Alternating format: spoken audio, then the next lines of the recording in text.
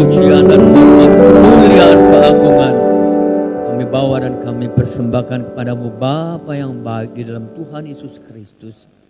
Kami mau mensyukuri Tuhan, kalau hari ini Tuhan kami boleh tetap ada di dalam rumah-Mu, dan oleh anugerah-Mu Tuhan, Engkau pimpin kami untuk tinggal dekat dalam lingkaran hadirat-Mu. Tuhan, inilah saatnya di mana kami ingin belajar seperti Maria, mengambil bagian yang terbaik dalam hidup ini, merenungkan, mendengarkan, dan kami siap melakukan firman-Mu. Karena itu berfirmanlah Tuhan, urapilah kami, urapi hamba-Mu di dalam keterbatasannya, untuk hamba-Mu mampu untuk menyampaikan isi hati-Mu sebagaimana yang Engkau ingin berkati kepada jemaat-Mu. Urapi umat-Mu Tuhan, sehingga ketika mereka keluar dari ruangan ini, firman itu boleh sungguh-sungguh tertanam Tuhan, bahkan boleh bertumbuh dan berbuah-buah dalam kehidupan umat-Mu. Kami siap menyambut firman-Mu dalam satu nama, yaitu nama Tuhan Yesus Kristus. Bersama-sama yang rindu akan firman Tuhan katakan amin, haleluya. Beri kemuliaan bagi Tuhan kita Yesus Kristus, haleluya. Pertama-tama izinkan saya memperkenalkan nama saya, saudara-saudara. Sebab saya tahu begitu banyak jemaat di Petamburan ini yang tidak terlalu tahu akan saya. Kecuali Ko Gyeoksyong, haleluya, Ibu Liana, dan beberapa pasastra di belakang. Nama saya Daniel Tantular. Istri saya Jeliana Setiawan. Usia saya belum terlalu tua, saudara-saudara. Saya baru berusia 40 tahun ketika tahun 89, saudara-saudara. Jadi usia saya baru 40 tahun ketika tahun 89. Jadi hitung aja sendiri, saudara-saudara. Oh ya, saya perkenalkan dulu istri saya yang cantik, saudara-saudara. Ibu Jeliana Setiawan. Silakan diri, Bu. Ya.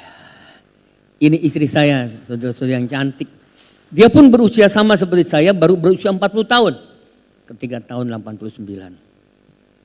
Baik, hari ini Bapak Ibu yang dikasihi Tuhan Yesus Kristus, kita ingin belajar satu pengajaran yang sangat menarik, tetapi seringkali justru pengajaran yang sangat menarik ini seringkali terlupakan. Saya tempat tinggal di Jalan Tepekong, Baruan Lama, di mana di sana ada sebuah wihara. Yang namanya Jalan Tepekong, jadi di situ ada wihara, di mana tiap hari Minggu itu datanglah rombongan dari Buddha Suci. Ya, apa yang mereka lakukan? Mereka datang dengan mobil-mobil mewah. Ya.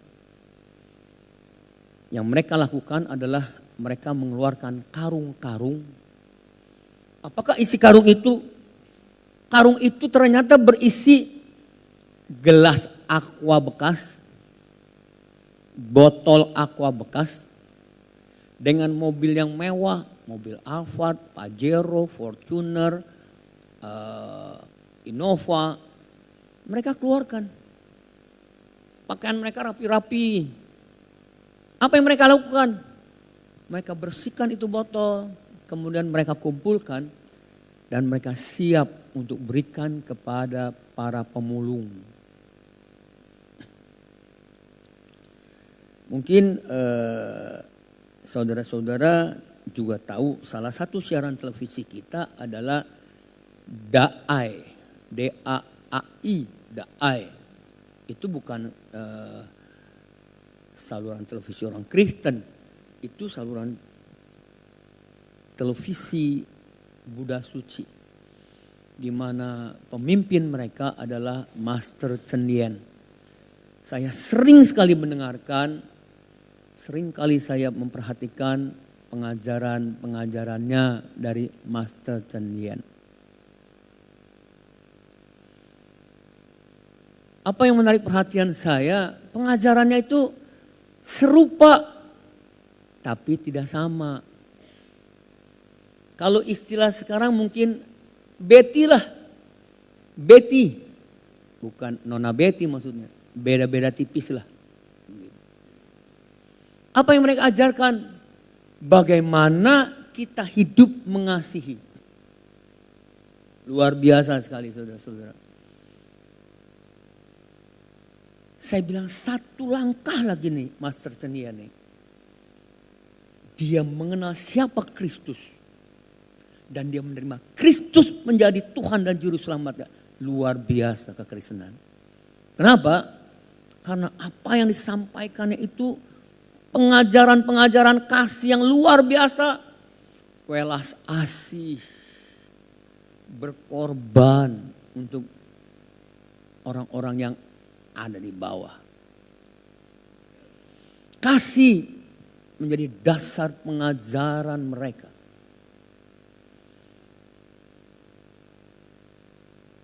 Kita pun, saudara-saudara, saya katakan kita pun ada satu tingkat di atas mereka. Kenapa? Apa yang mereka ajarkan itu lengkap di dalam Alkitab kita. Yang setuju katakan amin. Karena firman Tuhan berkata Allah itu adalah kasih. Tetapi kalau mereka mengajarkan kasih itu harus kita lakukan. Dengan kekuatannya, kekuatan mereka ingin lakukan kasih itu. Kenapa? Karena itulah satu panggilan dalam hidupnya. Baru-baru ini saya dikirimin broadcast. Yang terpaksa dengan mohon maaf saya sedikit komentari. Karena dari pengajaran mereka, rupanya orang Kristen ini mengadop lalu pasang di WhatsApp. Dikatakan begini nih. Hidup kita tidak pernah mengalami hal yang selalu enak. Dengan istilah dikatakan gini. Alam tidak pernah menjanjikan hidup selalu mulus. Jalan yang dipenuhi oleh bunga-bunga. Matahari yang selalu bersinar. Alam tidak pernah menjanjikan. Kemudian dikatakan begini, tapi alam menjanjikan apa? Pertolongannya yang senantiasa ada dalam hidup kita. Lalu kalimat terakhir dikatakan gini, semoga semua makhluk mendapatkan kebahagiaan dalam hidup ini. Karena kehidupan bukanlah tujuan, tetapi perjalanan. Ketika saya baca itu saudara-saudara, wah, ini orang Kristen nih. Ini orang Kristen nulis begini nih. Ini Betty nih, beda tipis nih saya bilang. Kebetulan saya ikut di dalam satu grup yang disebut Abela. Aku belajar Alkitab. Bagi saya belajar Alkitab itu adalah sesuatu yang harus. Belajar Alkitab itu dengan adik ipar saya yang di Semarang. Seorang hamba Tuhan juga. Saya senang. Dia tulis, makanya saya bilang tolong masukkan dong saya di dalam grup itu. Nah salah satu anggota grup itu menulis hal itu. Saya tulis lagi kembali. Saya bilang mohon maaf, share saja. Rasa-rasanya ini enggak sesuai dengan apa yang kita imani. Bukan alam. Tetapi dengan jelas kita imani Tuhan tidak pernah menjanjikan hidup yang selalu berjalan di atas jalan yang rata, di mana jalan dipenuhi oleh bunga-bunga, matahari selalu bersinar. Tetapi Tuhan menjanjikan satu penyertaan yang memberikan kekuatan, saya bilang, sepanjang umur hidup kita. Karena apa? Janjinya dia menyertai kita. Dan bukan katanya semoga semua makhluk, tapi Tuhan menjanjikan penyertaan bagi setiap umatnya. Amin. Saya tulis begitu. Kenapa? Sebab ini satu ciri-ciri. Karena itu harus kita berhati-hati. Hal yang serupa tapi tidak sama. Mereka juga memiliki kasih. Kita pun dipenuhi dan diharuskan hidup di dalam kasih. Karena itu mari kita belajar lebih dalam lagi hari ini mengenai kebenaran firman Tuhan, hal kasih. Mari kita buka Alkitab kita lihat di dalam 1 Korintus pasal 13 ayat pertama sampai dengan ayat ketiga, nanti kita akan baca bersama-sama. 1 Korintus pasal 13 ayat yang pertama sampai dengan ayat 13. Kita baca bersama-sama. 2, 3. Sekalipun aku dapat berkata-kata dengan semua bahasa manusia dan bahasa malaikat, tetapi jika aku tidak mempunyai kasih, aku sama dengan gong yang berkumandang dan canang yang gemerincing. Sekalipun aku mempunyai karunia untuk bernubuat dan aku mengetahui segala rahasia dan memiliki seluruh pengetahuan, dan sekalipun aku memiliki iman yang sempurna untuk memindahkan gunung, tetapi jika aku tidak mempunyai kasih, aku sama sekali tidak berguna. Dan sekalipun aku membagi-bagikan segala sesuatu yang ada padaku, bahkan menyerahkan tubuhku untuk dibakar, tetapi jika aku tidak mempunyai kasih, sedikit pun tidak ada faedahnya bagiku. Bapak Ibu yang dikasihi Tuhan Yesus Kristus, siapakah penulis daripada surat kepada jemaat di Korintus? Dia adalah Rasul Paulus. Seorang yang pada awalnya adalah penganiaya kepada pengikut-pengikut, kepada anak-anak Tuhan, murid-murid Tuhan, pelayan-pelayan Tuhan. Tetapi oleh kasih karunia Tuhan dan anugerah Tuhan, Tuhan memilih Paulus menjadi seorang hamba. Hamba yang luar biasa. Kalau saudara-saudara perhatikan, isi perjanjian lama itu, sebagian terbesar itu merupakan tulisan-tulisan dari seorang hamba yang rela mati untuk Tuhan Yesus Kristus. Itulah Paulus. Dalam kisah Rasul, saudara-saudara, sebagian daripada kisah Rasul itu bercerita tentang hidupnya Rasul Paulus. Seorang yang Tuhan telah pulihkan, menuliskan bagaimana isi hatinya, bagaimana yang Tuhan sampaikan kepada dia melalui pengalaman hidupnya. Apa itu kasih? Dikatakan oleh Rasul Paulus, sekalipun aku dapat berkata-kata dengan semua bahasa manusia, bahkan bahasa malaikat, tetapi jika aku tidak mempunyai kasih, aku sama dengan apa?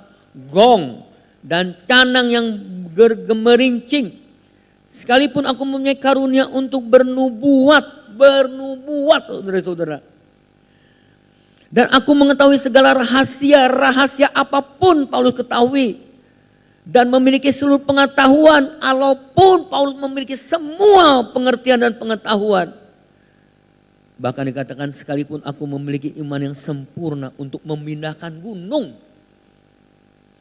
Tetapi jika aku, Paulus, tidak memiliki kasih, aku sama sekali tidak berguna. Bahkan ditambahkan lagi, sekalipun aku membagi-bagikan segala sesuatu yang ada padaku, bahkan menyerahkan tubuhku untuk dibakar. Tetapi jika aku, Paulus, tidak mempunyai kasih, sedikit pun tidak ada faedahnya bagiku. Kalau kita membaca ayat ini, Bapak Ibu yang dikasihi Tuhan Yesus, kita mulai dan harus mengerti betapa besar artinya kasih itu dalam kehidupan kita. Betapa besar kasih itu mempengaruhi Rasul Paulus. Seorang yang tadinya penganiaya jemaat. Orang yang anti Kristen, anti Kristus. Tetapi setelah dia mengenal Kristus, Tuhan memberikan hikmat yang luar biasa bagi dia. Dia mengerti hidup dalam Kristus adalah kasih. Yang setuju katakan amin.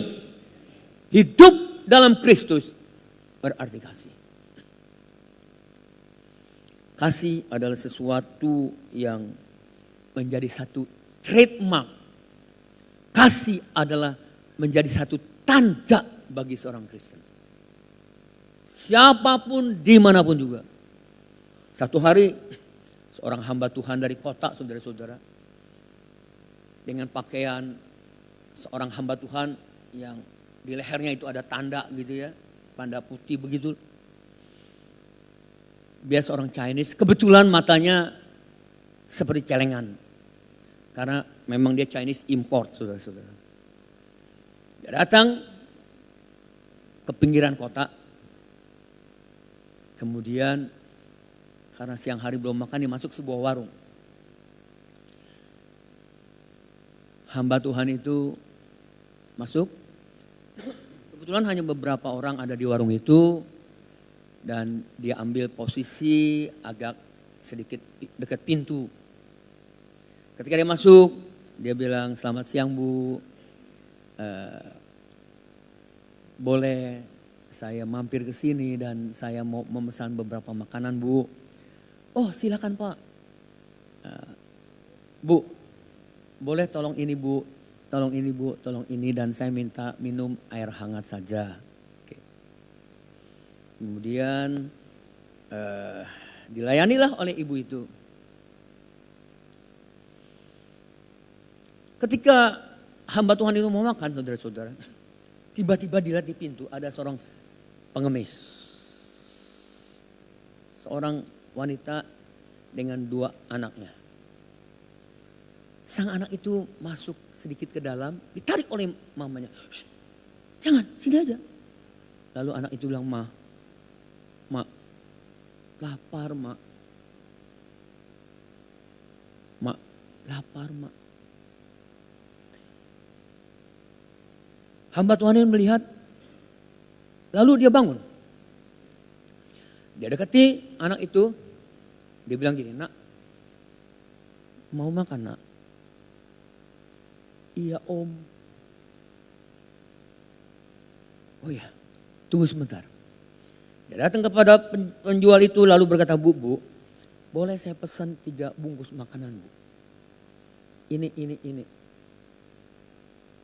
Selesai diberikan, lalu dia bawa itu ke pintu, dia berikan kepada anak, "Ini untuk kamu, ini untuk kamu, lalu ini untuk ibu." Kemudian dia merogoh kantongnya, dia ambil sejumlah uang, "Bu, ini ada berkat untuk ibu dari Tuhan Yesus." "Aduh terima kasih ya Om, anak saya merepotkan." "Enggak apa-apa Bu, saya senang bisa memberikan untuk ibu." Selesai, orang itu pergi. Kemudian selesai makan, sang pendeta datang kepada ibu, "Bu, berapa Bu?" "Semua dengan yang tadi saya pesan." "Apa yang ibu katakan?" "Koh." Dipanggilnya engkoh. "Koh, engkau orang Kristen ya?"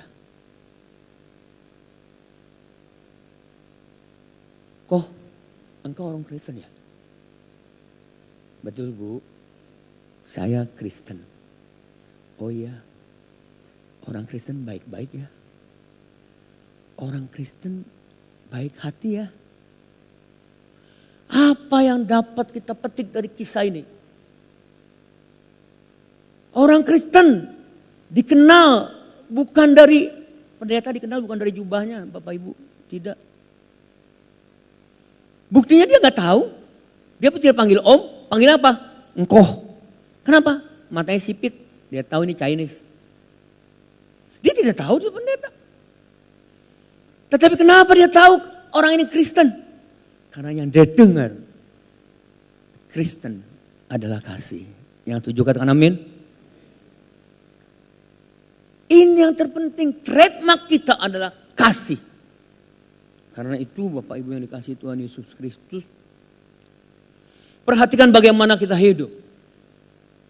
Apakah kita hidup diwarnai kehidupan kita oleh KASIH, kasih. Mengapa kasih itu menjadi hal yang paling penting paling utama, bahkan prioritas dalam hidup kita adalah kasih. Bapak Ibu yang dikasihi Tuhan Yesus Kristus, karena kasih, yang pertama kasih itu melebihi segala-galanya. Kasih melebihi segala-galanya. Coba kita lihat dalam 1 Korintus pasal 13 ayat ke-13. Kasih melebihi segala-galanya. Catat baik-baik itu. 1 Korintus 13 ayat 13. Kita baca bersama-sama. Demikianlah, 2, 3. Demikianlah tinggal ketiga hal ini. Yaitu iman, pengharapan, dan kasih. Yang paling besar di antaranya ialah kita boleh punya iman yang luar biasa, puji Tuhan. Bahkan Paulus mengatakan, andai kata aku punya iman memindahkan gunung, aku tidak punya kasih, sia-sia. Di antara iman, pengharapan, dan kasih, yang terbesar di antaranya ialah kasih. Coba kita perhatikan di dalam 1 Korintus pasal yang ke-13 ini ayat 8 dan 9. Kita baca bersama-sama. 2, 3. Kasih tidak berkesudahan. Nubuat akan berakhir. Bahasa roh akan berhenti. Pengetahuan akan lenyap. Sebab pengetahuan kita tidak lengkap dan nubuat kita tidak sempurna. Apa yang dikatakan? Kasih tidak berkesudahan. Kasih itu kekal, Bapak Ibu yang dikasihi Tuhan Yesus Kristus. Kasih adalah sesuatu yang luar biasa. Siapa di dunia ini yang tidak tahu Ibu Teresa yang ada di India? Beliau bukan seorang yang sangat kaya. Beliau bukan selebriti yang paling cantik di dunia. Beliau orang top, tua, ompong dan peot. Tapi siapa yang tidak kenal? Ketika Ibu Teresa meninggal dunia, dunia menangis. Kenapa? Ibu Teresa adalah orang yang hidupnya dipenuhi oleh kasih. Sampai kapanpun anak-anak di India akan selalu mengenal siapa Ibu Teresa itu.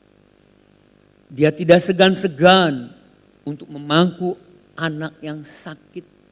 Betapapun baunya orang itu. Dengan kasih dirawatnya. Sampai kapanpun Ibu Teresa akan dikenal. Seperti pepatah berkata, harimau mati meninggalkan belang. Gajah mati meninggalkan gading. Ketika manusia mati meninggalkan nama yang ingat, jangan manusia mati meninggalkan hutang. Repot kalau meninggalkan hutang. Apalagi hutangnya lupa lagi saudara-saudara. Manusia kita mati meninggalkan kenangan. Kenangan kenapa? Karena kita penuh dengan kasih sayang. Amin. Hidup harus dipenuhi oleh kasih. Karena kasih itulah yang terutama dalam kehidupan kita. Kasih itu melebihi segala-galanya dan kasih itu kekal. Yang kedua Bapak Ibu, mungkin kita tidak terlalu memperhatikan hal ini. Coba kita lihat Injil Matius pasal 25 ayat 34 sampai 36.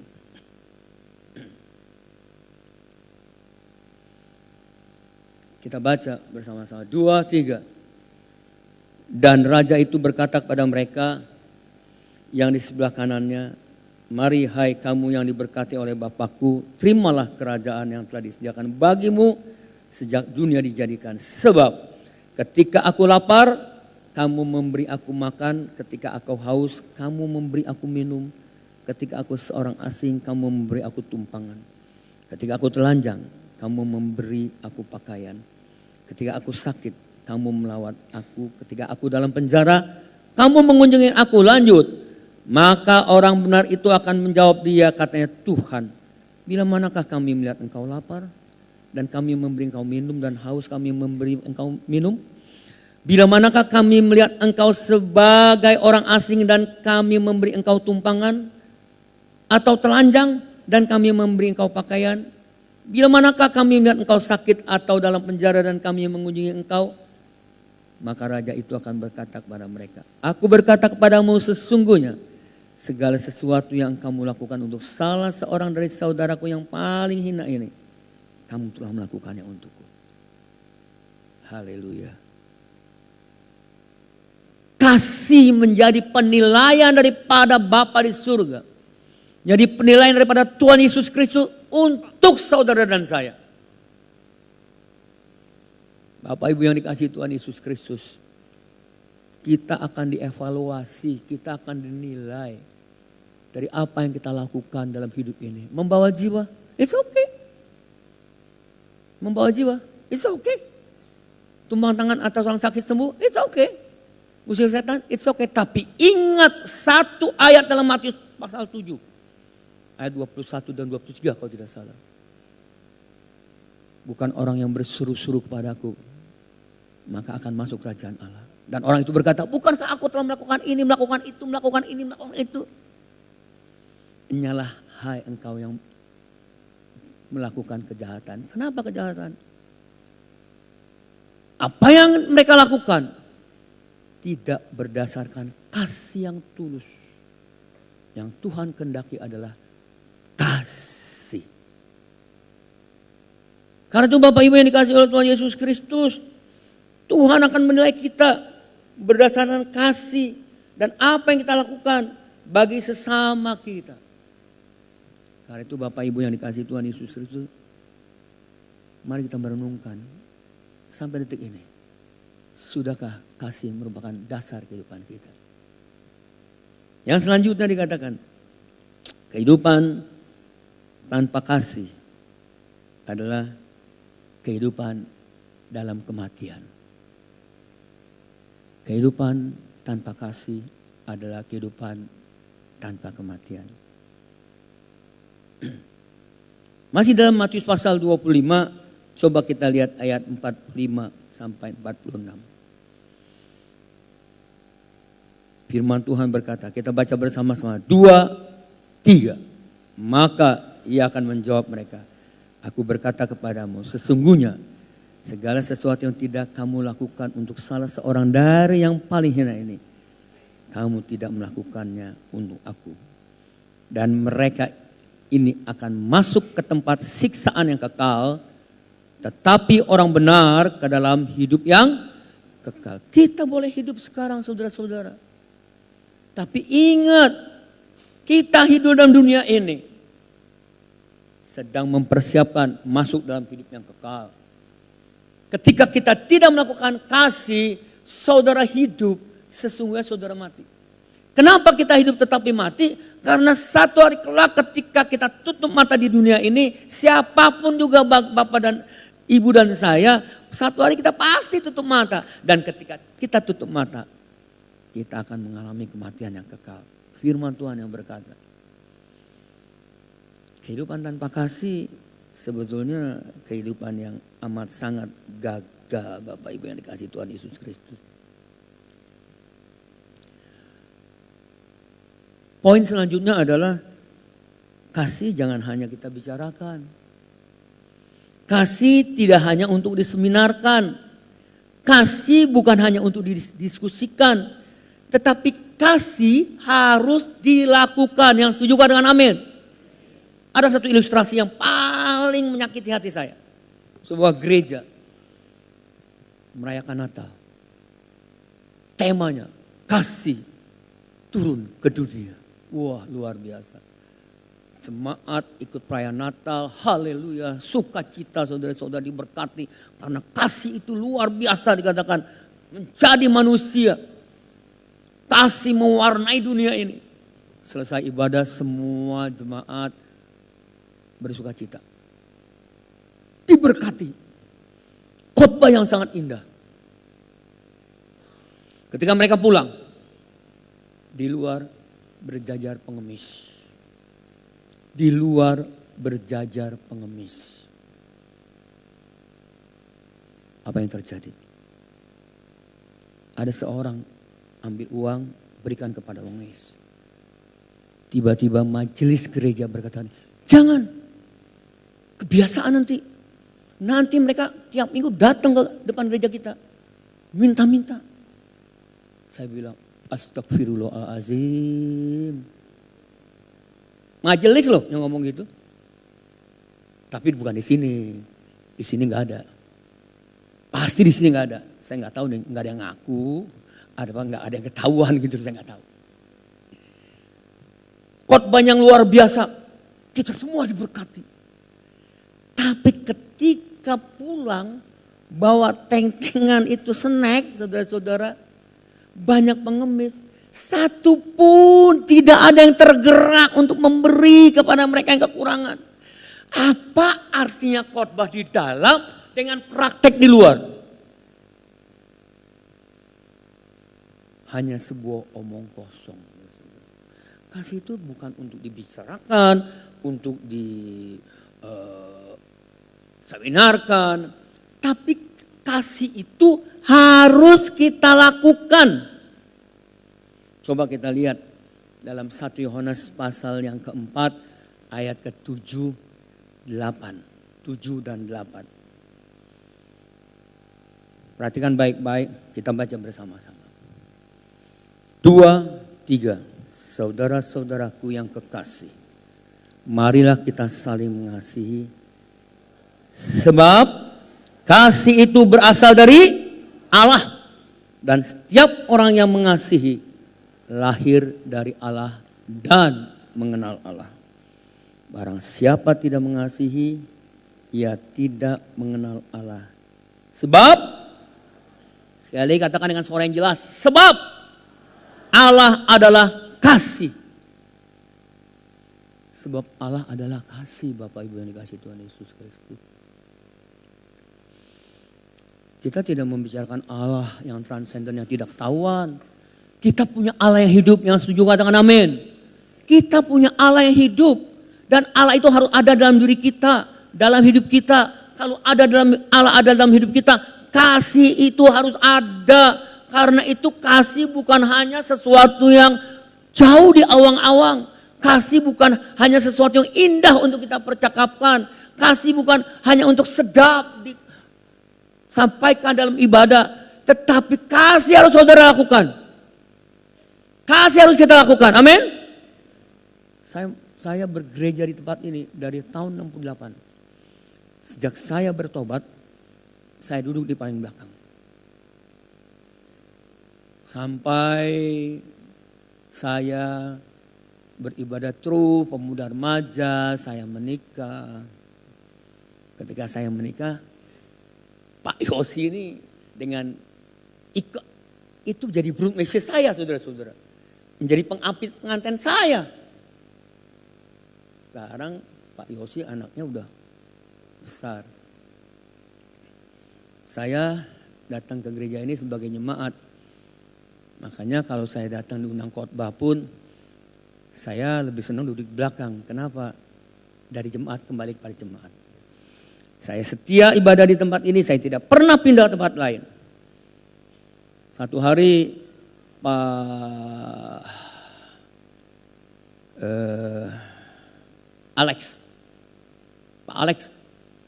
Manusa Putra ya, yang dari gereja Bethany, ya, Successful Family, itu saya nggak ingat tahun berapa. Dia memperbaiki rumahnya di Tomang.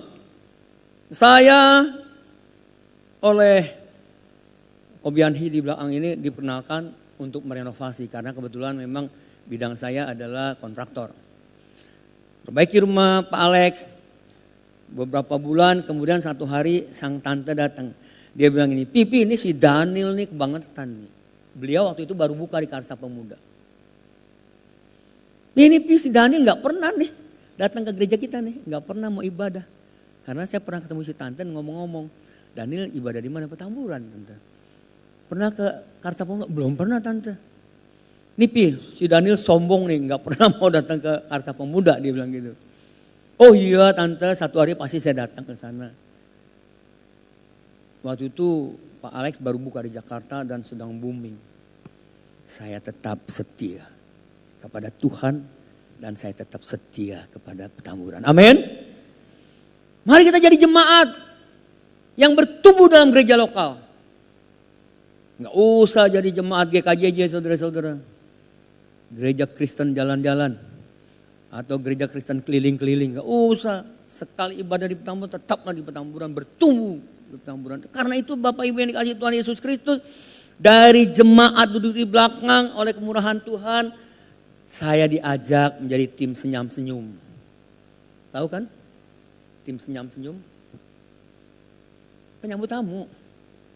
Itu kan senyum-senyum. Kemudian tim penodong. Apa itu tim penodong? Tahu dong? Ambil korektor gitu loh.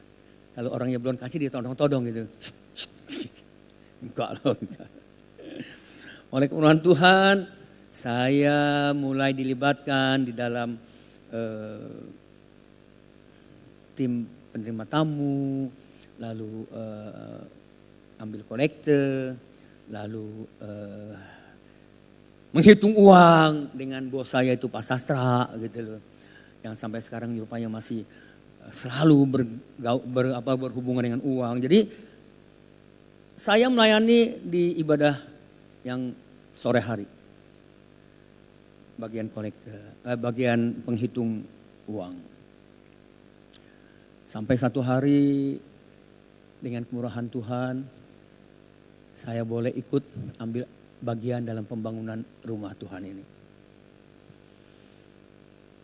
Bapak Ibu yang dikasihi Tuhan Yesus Kristus, ketika kita mau belajar setia, saudara-saudara, dan kita sungguh-sungguh mengundang Allah hadir dalam hidup kita, dan itu nyata dalam kehidupan kita berbuah-buah. Baik sekali kita membawa jiwa-jiwa, baik sekali kita memberitakan Injil, tapi ingat Allah itu adalah kasih. Kasih harus menjadi sesuatu yang terutama dan paling utama dalam hidup kita. Kita membawa jiwa bukan karena kita diperintahkan dalam khotbah-khotbah, bukan karena kita mendengar program Petamburan 1 tahun, bawa 1 jiwa atau 2 jiwa saudara-saudara. Tetapi kita mengasihi jiwa-jiwa yang ada di sekeliling kita. Mereka sedang berjalan dalam kebinasaan. Kita rasakan seperti Tuhan menyelamatkan kita. Dengan kasih-Nya kita berusaha berjuang untuk membawa jiwa-jiwa kepada-Nya. Bapak Ibu yang dikasihi Tuhan Yesus Kristus. Saya sangat bersyukur saya boleh bertumbuh di Petamburan. Apalagi kalau sekarang saudara-saudara. Saya dipercayakan menggembalakan di Perigi pada mulai tahun 97. Karena itu sejak saat itu saya jarang ke Petamburan. Dan oleh kemurahan Tuhan saya pun dipercayakan menggembalakan di Kelor. Yang uniknya pelayanan saya adalah saya menggembalakan satu di Desa Perigi, perhatikan baik-baik. Desa Perigi, Kampung Kelor. Desa Perigi, Desa Lengkong Wetan, Kampung Perigi. Desa Lengkong Wetan, Kampung Perigi. Yang kedua, saya dipercayakan melayani di Kampung Kelor. Jadi saya mikir-mikir, lah saya ini rupanya jadi gembala kampung ya. Untung gak jadi gembala kampungan saudara-saudara. Kenapa? Satu Desa Lengkong Wetan, Kampung Perigi. Yang kedua di Kampung Kelor. Orang-orang kan keren-keren. Di mana? BSD.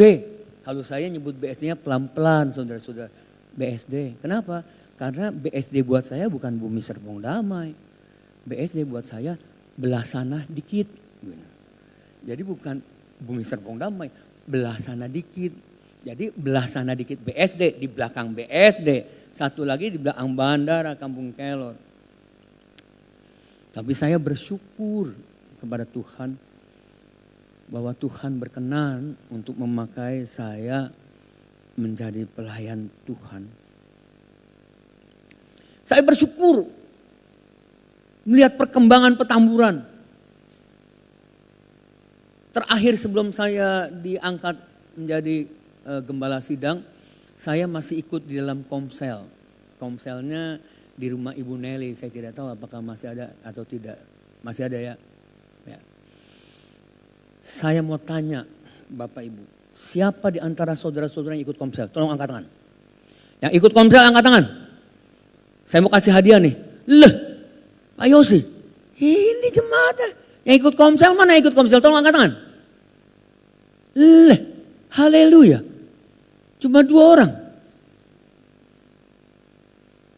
Kenapa kok takut sih? Santai aja.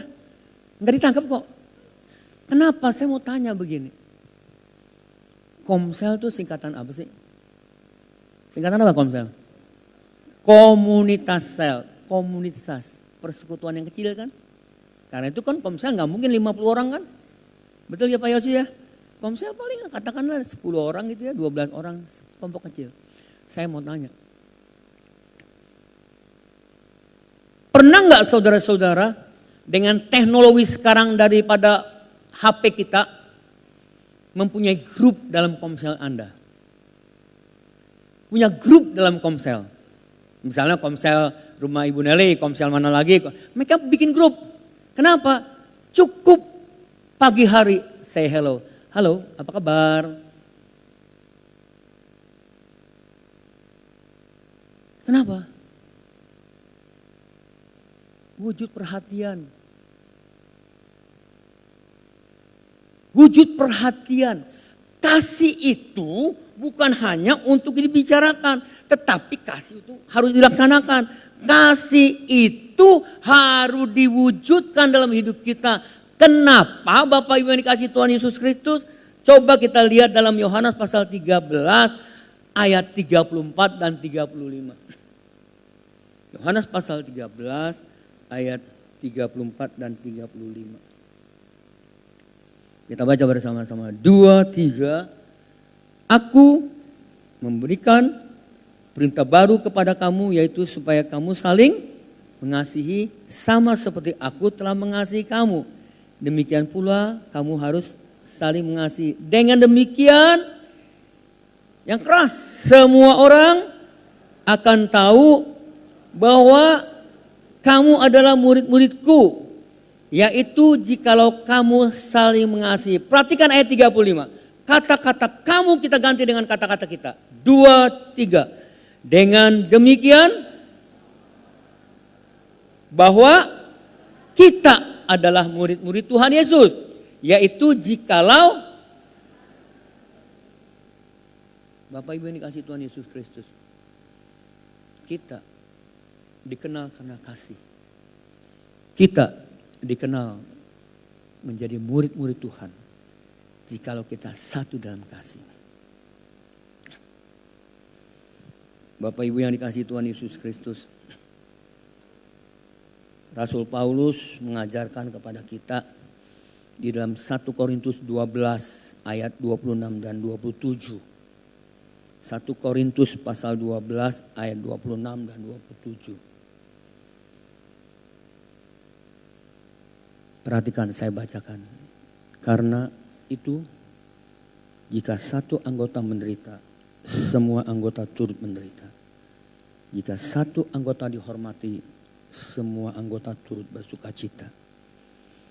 Kamu semua adalah tubuh Kristus dan kamu masing-masing anggotanya. Yang setuju katakan amin. Kita satu. Komsel adalah tubuh Kristus yang kecil dengan anggotanya paling 5, 6, 7, 8, 11, 12 orang.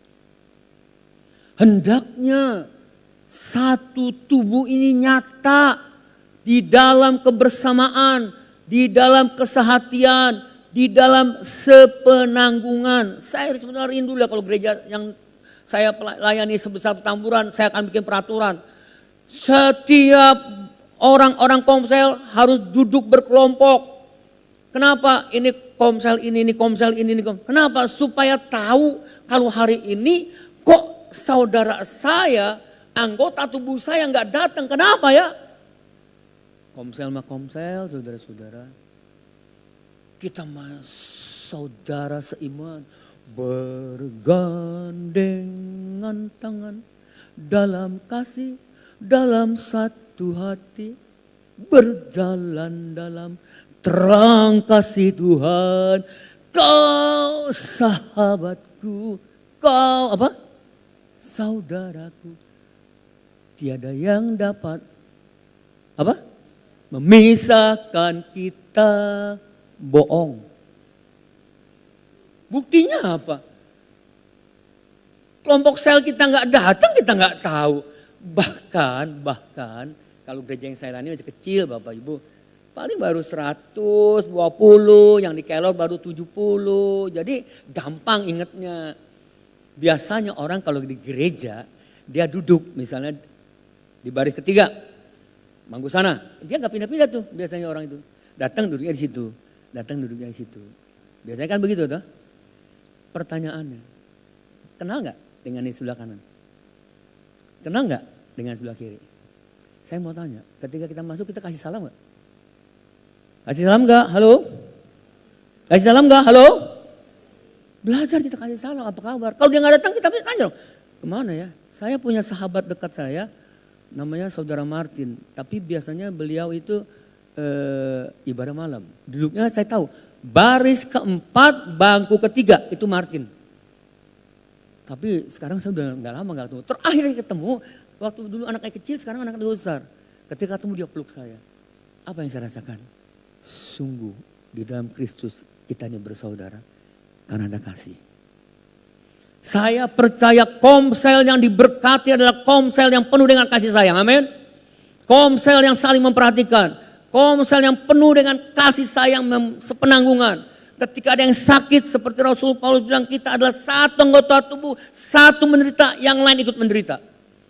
Ketika ini menjadi satu kegiatan yang luar biasa saudara, ini akan menarik jiwa-jiwa datang kepada Tuhan. Kenapa?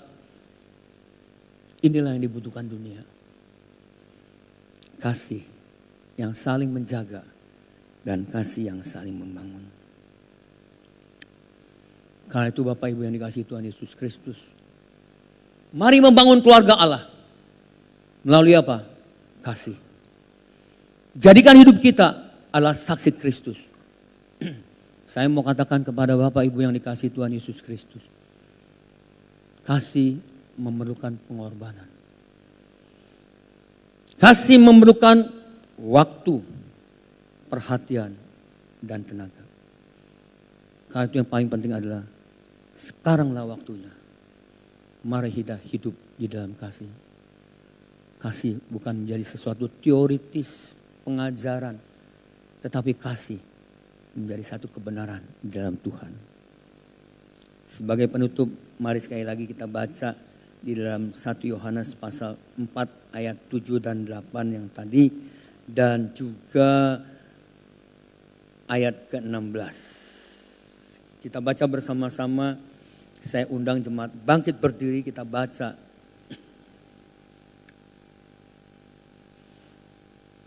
Ayat 7 dan 8 dan ayat ke-16. 2, 3. Saudara-saudaraku yang kekasih, marilah kita saling mengasihi. Sebab kasih itu berasal dari Allah.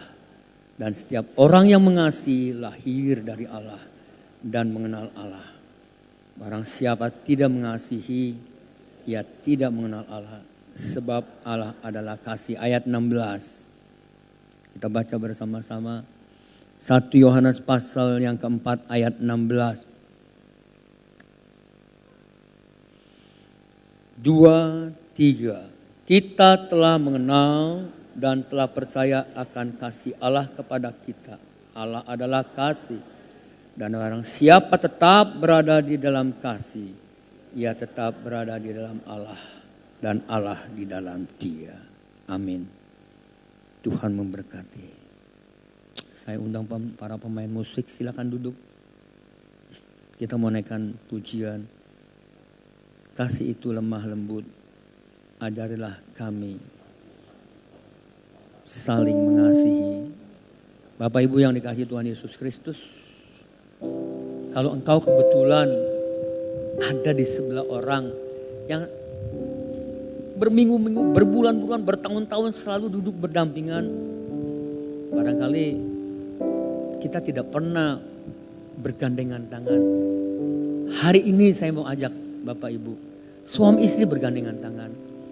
Jemaat sebagai tubuh Kristus yang duduknya selalu berdekatan, gandengan tangan. Naikkan pujian ini.